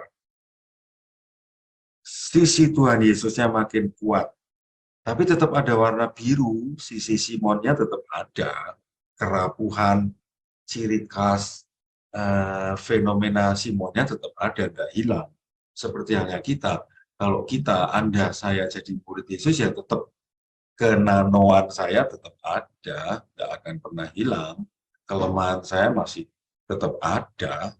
Tapi kalau saya betul-betul menghidupi jalan Tuhan, orang-orang yang saya jumpai akan merasakan ada jejak-jejak Tuhan gitu. Dan itu ditandai dengan ini fenomena. Saya memilih gambar astronot yang siap terbang ke bulan. Orang yang ada di tahap pewarta adalah orang yang sadar. Pertama-tama dia akan bertanya, Tuhan ingin apa? Dan begitu dia feelingnya, intuisinya, suara hatinya mengatakan, Tuhan ingin ini. Dia akan bekerja keras, memperjuangkan terrealisasi. Dan dia percaya hal-hal lain yang dia butuhkan, uang, keamanan, perlindungan, kebutuhan-kebutuhan lain, dia percaya akan dipenuhi oleh Tuhan. Seperti janji Tuhan Yesus sendiri. Cari kerajaan Allah. Nanti yang lain-lain akan dipenuhi. Lakukan tugas dari Tuhan. Hal-hal lain yang kamu butuhkan akan dipenuhi. Jangan khawatir. Dan orang yang ada di tahap ini, teman-teman, dia sadar, siapapun sadar, bukan lagi mencari panggung untuk mendapatkan tepuk tangan pribadi. Kamu hebat, keren. Nah, dia sadar kalau dia mendapatkan panggung yang tidak dia cari, dia akan mewartakan Tuhan yang mencintainya.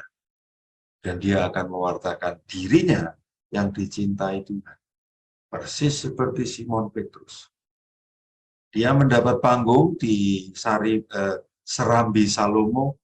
Dia mewartakan Tuhan Yesus yang mencintai dia, yang mengampuni pengkhianatannya. Dan dia soal teman, soal komunitas, dia akan punya prinsip ada atau tidak ada teman syukur, tidak ada teman gak usah gelisah, galau, mencari-cari ke sana kemari. Ada syukur, tidak ada, oke. Dia akan tetap mewartakan Tuhan dimanapun. Seperti halnya Simon Petrus. Ini pertanyaan yang paling penting untuk Anda semua, untuk kita. Kamu ada di tahap mana? Nelayan murid pewarta. Kalau menurut gambar ini, Anda ada di tahap mana? Murid yang mengikuti Tuhan sekapal dengan dia, atau mediator kesembuhan, orang yang membawa orang sakit, dia sendiri nggak percaya pada Tuhan Yesus, atau penonton yang senang melihat hal-hal yang atraktif, atau Anda sedang sakit dan butuh disembuhkan. Where are you? Bukan apa yang kuinginkan, ya, tapi de facto Anda ada di mana. Semoga teman-teman sadar, semoga kita semua tahu saya ada di mana, supaya saya juga tahu saya harusnya ada di mana. Semoga kita mau beramai-ramai sekapal dengan Tuhan kita itu dan bekerja bersama Dia. Mari kita ke seberang.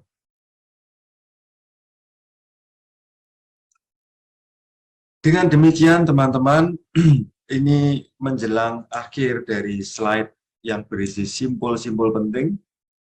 Akhirnya saya membuat sebuah simbol penting ini. Menjadi orang Katolik di zaman sekarang, itu berarti mengikuti Tuhan Yesus Kristus. Belajar dari Simon Petrus, manusia yang sangat rapuh, tetapi kerapuhannya diterima, disembuhkan, dioptimalkan oleh Tuhan Yesus sendiri. Seperti halnya tarian Amerika Latin, Meksiko, dua orang, satu pasang yang menari tango, yang laki-laki ke sana, yang perempuan ikut, yang perempuan begini, yang laki-laki begini. Ceng, ceng, ceng, ceng, ceng, ceng, ceng, ceng, ceng, ceng, ceng. It takes two to tango. Saling. Yang satu ke sana, yang satu ke sana, gak ketemu. Yang satu ke sini bertabrakan, konflik, jatuh semua. It takes two to tango. Butuh dua orang untuk menari tango. Yang artinya, menjadi orang Katolik, menjadi murid Yesus Kristus berarti berdialog. Berdialog dengan Tuhan, berdialog dengan orang-orang dekat kita. Suami, istri, bapak, ibu, orang tua, anak, sesama anggota komunitas. Please, let's take two to tango. Ini intinya dari webinar-webinar kita, teman-teman. Kita perlu berdialog. Demikian webinar tentang Simon Petrus saya akhiri, tapi masih ada 1, 2, 3 slide lagi, karena saya merasa kita perlu terus belajar, maka kami panitia menawarkan untuk proses belajar berikutnya, kita bergerak dari Simon Petrus menuju orang sesudah dia, berapa tahun kemudian, berapa ratus tahun kemudian, dari Simon Petrus, manusia bernama Simon Petrus yang rapuh, menjadi Ignatius Loyola. Dua orang rapuh, dan karena kerapuhannya ini dikelola dengan baik, menjadi orang hebat yang mengikuti Tuhan Yesus ini. Jadi, kami mau merancang sebuah kegiatan setelah belajar dari Simon, belajar dari Inigo. Lalu kami akan menggunakan buku yang diterbitkan oleh PT Canisius Jogja berjudul Panggil Saja Aku Lopez. Inti dari proses belajar ini adalah kurang lebih sebetulnya mirip dengan Simon Petrus. Mari kita belajar bagaimana manusia rapuh seperti Simon, seperti Ignatius, seperti kamu, seperti saya, bisa bekerja sama dengan yang ilahi. Kalau kemarin kita belajar dari Simon, di webinar-webinar berikutnya kita akan belajar dari Inigo, Ignatius Loyola. ini salah satu kalimat di buku itu yang saya garis bawahi adalah mukjizat atau karya Tuhan seringkali terjadi justru dalam keterpecahan, dalam ketidakpantasan, dalam kegagalan, dalam ketidaksempurnaan. Momen-momen seperti itu justru menjadi lokasi yang dipilih oleh Tuhan untuk membuat orang mengalami transformasi. Jadi ini bukan omong yang suci, justru webinar-webinar seperti Simon Petrus, Ignatius Loyola justru akan ngomong ketidaksucian kita dalam rangka bertemu dengan yang ilahi. Dan silakan teman-teman mengcapture atau screenshot tanggal-tanggalnya ini. Buku Just Call Me Lopez atau Panggil Saja Aku Lopez itu ada 30 bab singkat-singkat. Maka kami membagi ke dalam berapa ini? 1, 2, 3, 7 pertemuan. Kami selang-seling online, offline di Jakarta, dan offline terakhir kami merancang di Jakarta karena di Klaten tidak bisa. Tanggalnya sudah pasti, soal tempat nanti panitia akan membicarakan. Dan lebih detailnya lagi pasti panitia akan memberi informasi kepada Anda semua yang masih terus berminat, berniat, berhasrat untuk belajar. So, let's stay connected. Demikian dari saya. Terima kasih banyak atas perhatian Anda semua, teman-teman. Saya kembalikan kepada Rosari. Silakan, Rosari. Terima kasih Romo Nano untuk pengajarannya malam hari ini. Luar biasa, lengkaplah sudah seri webinar Simon Petrus. Simon Petrus manusia yang rapuh, namun dikasihi dan diutus oleh Tuhan. Kita kasih reaction-nya, teman-teman. Ya. Oke, Simon Petrus yang tadinya penjala ikan, kemudian menjadi murid, dan menyaksikan Yesus sang pengajar, sang pengusir setan, sang penyembuh, sang pembuat mukjizat, menyaksikan semua itu, tapi ternyata masih juga gagal paham, bahkan menyangkal, namun diampuni dan diutus untuk mewartakan. Kisah bagaimana Simon Petrus bertransformasi membuat kita juga berefleksi atas perjalanan hidup kita. Kita sekarang ada di mana? Fisherman, disciple, atau apostle.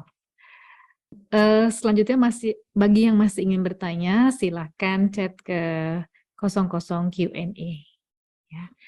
Kita mulai sesi tanya jawab ya, Romo. Ya, mari. Pertanyaan pertama. Ini ada dua pertanyaan berturut-turut dari satu orang ya. Pertanyaan pertama. Apa usaha dari kita untuk bisa merasakan arti Paskah sesungguhnya? Itu pertanyaan pertama.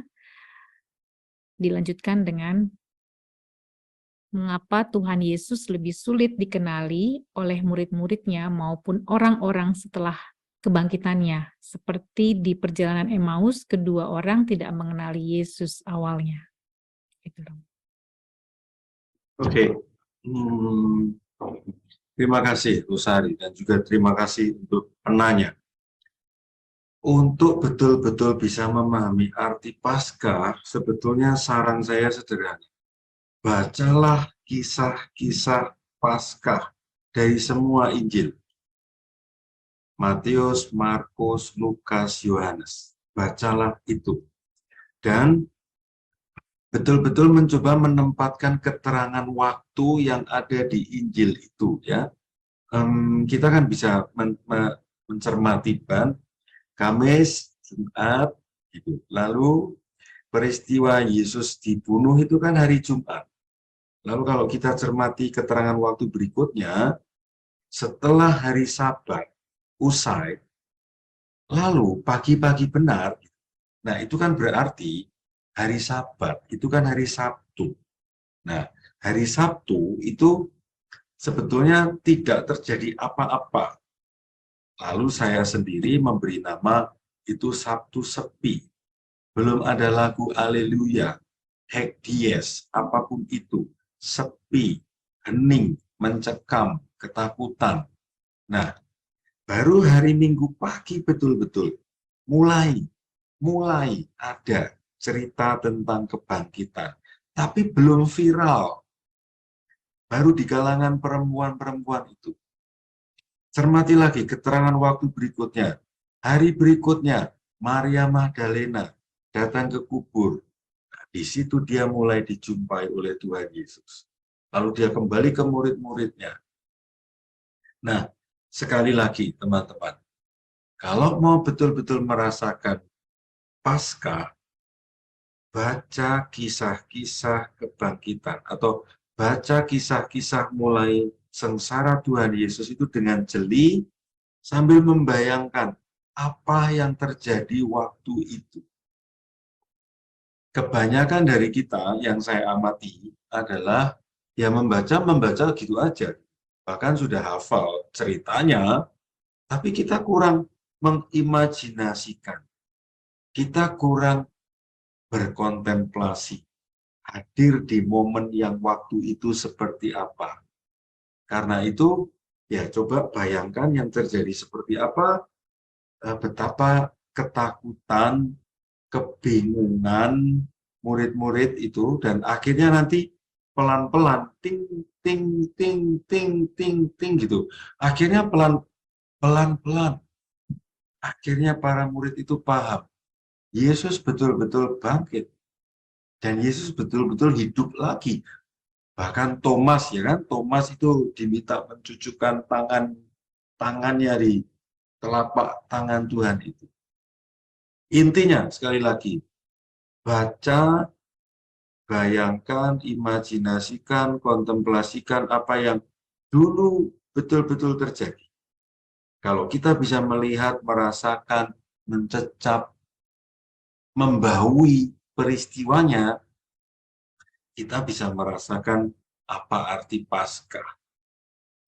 Kedua, kenapa Tuhan Yesus susah dikenali sesudah kebangkitannya? Sebetulnya ini sangat masuk akal.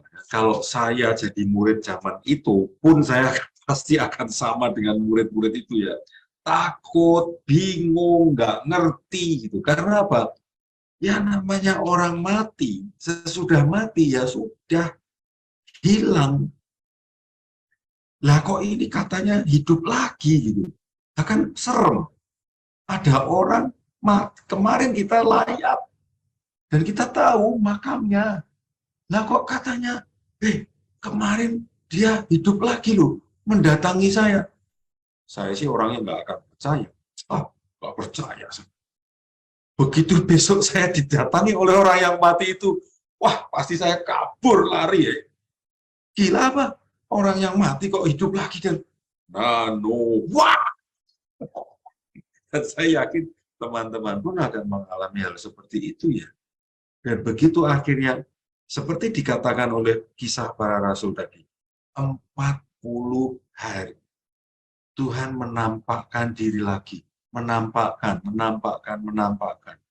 membawa makanan, hadir, menunjukkan bukti tangannya, lambungnya.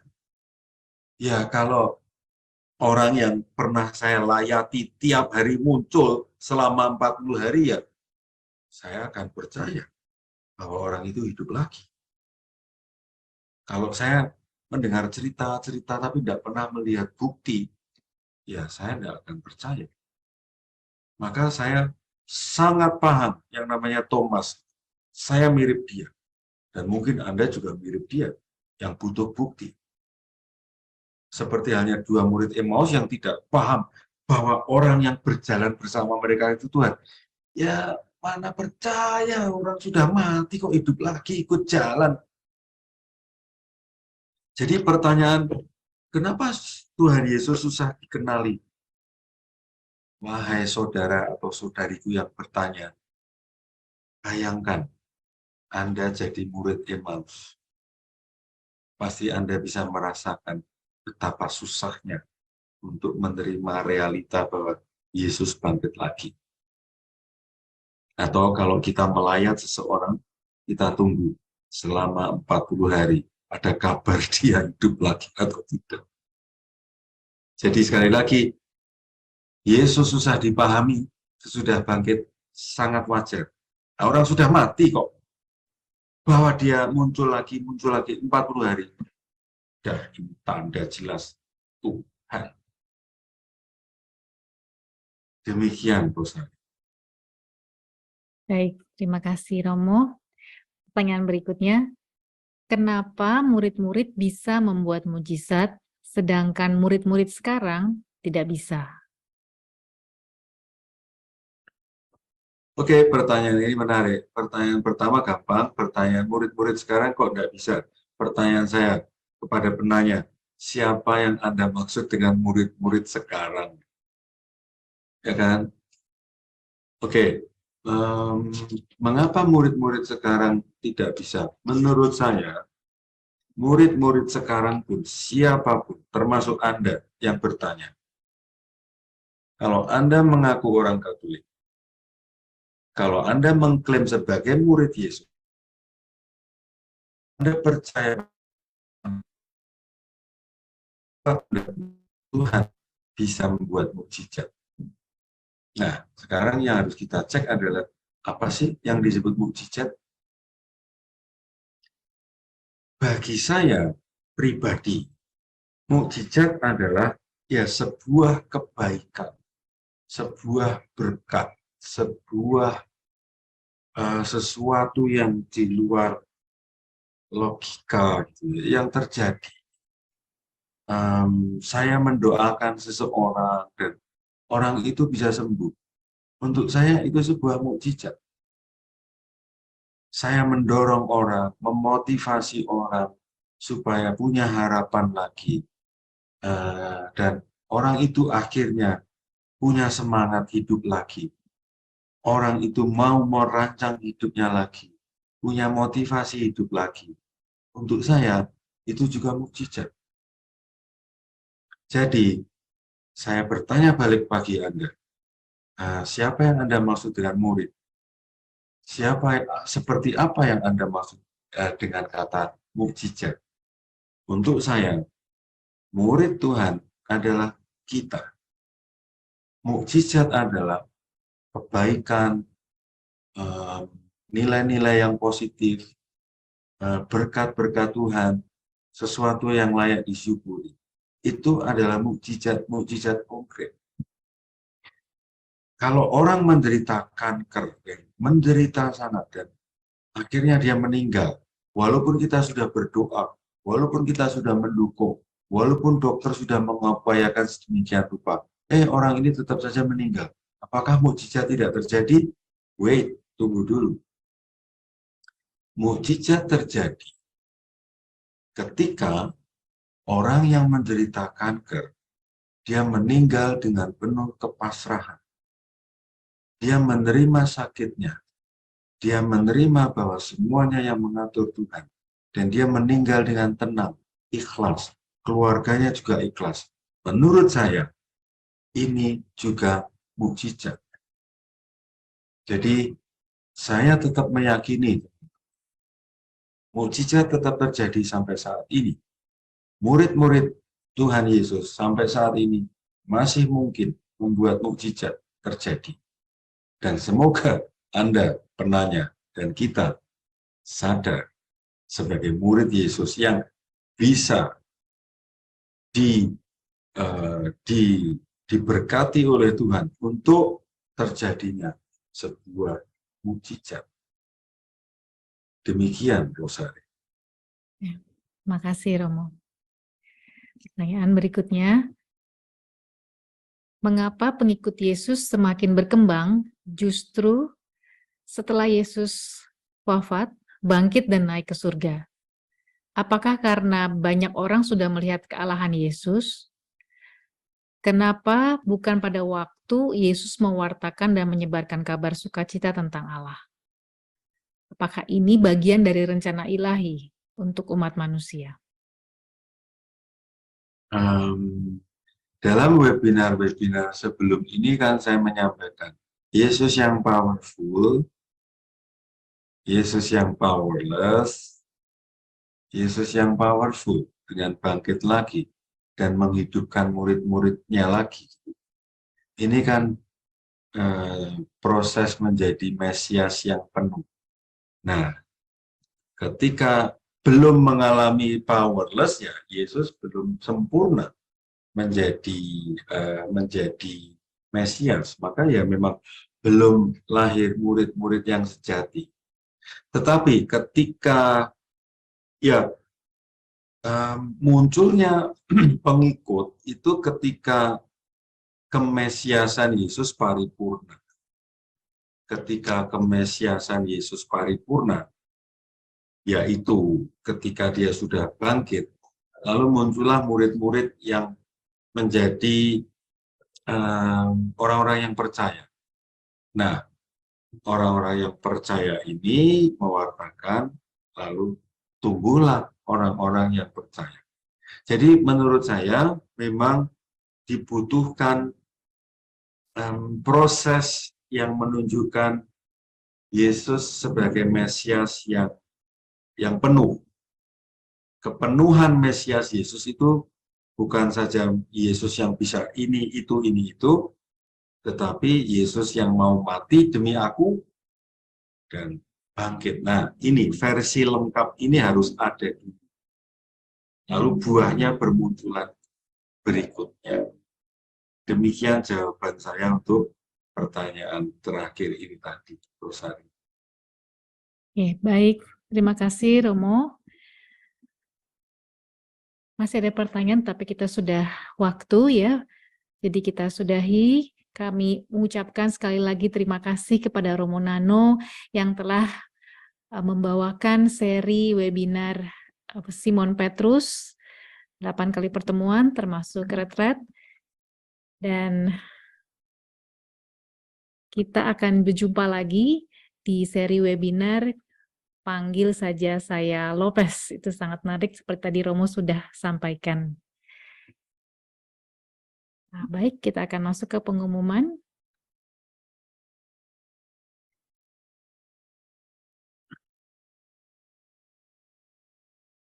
Untuk mendukung pendidikan Jesuit Muda dan keberlangsungan webinar-webinar kita ini, persembahan kasih dapat disampaikan melalui rekening BCA yang tertera di layar. Dan terima kasih atas kemurahan Bapak Ibu yang sudah mengirimkan persembahan kasihnya. Kami informasikan bahwa PPT atau materi yang disampaikan Romo Nano akan kita bagikan melalui WA Group, dan juga YouTube siaran ulangan akan dibuka hari Selasa selama 5 hari, dibuka hari Jumat sampai dengan Selasa selama 5 hari. Dan acara webinar berikutnya akan diselenggarakan pada tanggal 23 Mei yang akan membahas kemanusiaan yang rapuh yang akan bekerja sama dengan pribadi ilahi. Itu diambil dari buku Panggil Saja Aku Lopez, Just Call Me Lopez. Ini akan sangat menarik ya. Mohon dicatat tanggalnya dan pastikan untuk bergabung kembali. Baik, Romo, Suster, Bapak Ibu, rekan-rekan muda, kita akan akhiri acara malam hari ini dengan doa dan berkat penutup melalui Romo Nano.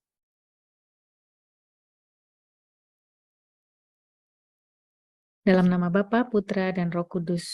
Amin. Amin. Ya Allah yang Maha Kasih, kami bersyukur Engkau telah menunjukkan kepada kami bahwa kehadiran kebangkitan-Mu telah mengubah kegagalan para murid, khususnya Simon Petrus, menjadi sebuah rahmat bagi kemuliaan-Mu. Bagi mereka, trauma telah disembuhkan, ketakutan telah dihapus, pengkhianatan telah diampuni, dan persepsi yang salah telah diluruskan. Engkau bahkan telah mengubah mereka menjadi pewarta-Mu yang hidup sepenuhnya hanya untuk kemuliaan kebangkitan-Mu. Ya Allah yang Maha Kuasa, Jadikanlah kami rasul-rasul sejati yang tidak takut untuk mewartakan kebangkitan-Mu. Sadarkanlah kami bahwa hanya melalui kedekatan pribadi dengan Yesus Kristus yang telah bangkit, akar dan dasar hidup Kristiani kami akan tumbuh secara kuat. Curahkanlah Roh Kudus-Mu agar kami sebagai keluarga bisa berdoa bersama, sebagai komunitas bisa berbagi dengan murah hati, serta sebagai umat Allah bisa berekaristi. Siapkanlah hati kami untuk mengenali kembali, serta bersyukur atas Galilea kami masing-masing, di mana sapaan panggilan-Mu terasa paling kuat. Ya Allah yang Maha Rahim, seri webinar Simon Petrus ini akan berakhir, namun jangan biarkan kami melepaskan pengalaman perjumpaan Simon Petrus dengan-Mu itu hilang dalam perjalanan hidup iman kami. Berkatilah Romo Nano yang telah membimbing kami selama ini. Berkatilah ayah dan ibunya, saudara-saudarinya, serta komunitasnya yang telah memungkinkan pengalaman iman akan kasih-Mu menjadi konkret. Berkatilah kami semua dalam nama Yesus Kristus yang bersatu dengan Dikau, Bapa, dan dalam persekutuan dengan Roh Kudus, kini dan selama-lamanya. Saudara-saudariku yang terkasih, kita sekalian senantiasa dibimbing, diberkati, dilindungi oleh Allah yang Maha Kuasa, dalam nama Bapa dan Putra dan Roh Kudus. Amin. Terima kasih banyak Rosari, terima kasih banyak teman-teman yang setia mengikuti webinar-webinar kami. Stay connected untuk webinar kita selanjutnya. Terima kasih. Terima kasih Romo. Terima kasih Romo. Teman-teman semua. Terima kasih Romo. Aida dan semuanya. Terima kasih Romo. Terima kasih Tuhan. Terima kasih Seluruh bulan depan. panitia, terima kasih Romo yang sangat luar biasa. Matur suwun, berkah dalam. Romo tidak ada TPR refleksi ya Mo ya? Bikin sendiri Pak Iwan. Bikin Baca, sendiri. Itu mencari Galilea. baca lagi bahannya Romo Nano. Cari Galilea. Oke dah. Terima kasih Aida. Rosari, terima kasih Rosari. Terima kasih Pak Iwan. Provisiat. Dewi hebat Dewi. Terima kasih Romo Nano, berkah dalam. Saya pamit.